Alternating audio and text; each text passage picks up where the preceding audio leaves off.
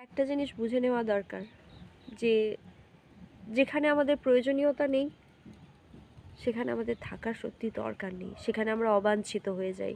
আর অবাঞ্ছিত কোনো কিছুরই কদর থাকে না। আরও একটা জায়গা থেকে নিজেদের এক্সিট করা দরকার, সরিয়ে রাখা, দূরত্ব বজায় রাখা দরকার। সেটা হলো যেখানে নিজের কদর নেই। এমন অনেক জায়গা, এমন অনেক বন্ধু, এমন আত্মীয়, অনেক মানুষ আছে যেখানে আমরা থাকি, যাদের সঙ্গে থাকি, পাশে থাকি, জড়িয়ে থাকতে চাই, ভালোবাসতে চাই তাদের এবং তাদের খুশি করতে প্রতিনিয়ত নিজের বেস্টটা দিতে চাই, কিন্তু আসলেই তাদের কাছে আমরা গুরুত্বপূর্ণ নই। সেখানে আমি যতই ভালো চেষ্টা করি না কেন, আমি ভালো কখনো হতে পারবো না। তাই এই নিউ ইয়ারে একটা জিনিস তো নিজেকে বুঝিয়েছি যে যেখানে নিজের গুরুত্ব নেই সেখানে থাকার নেই।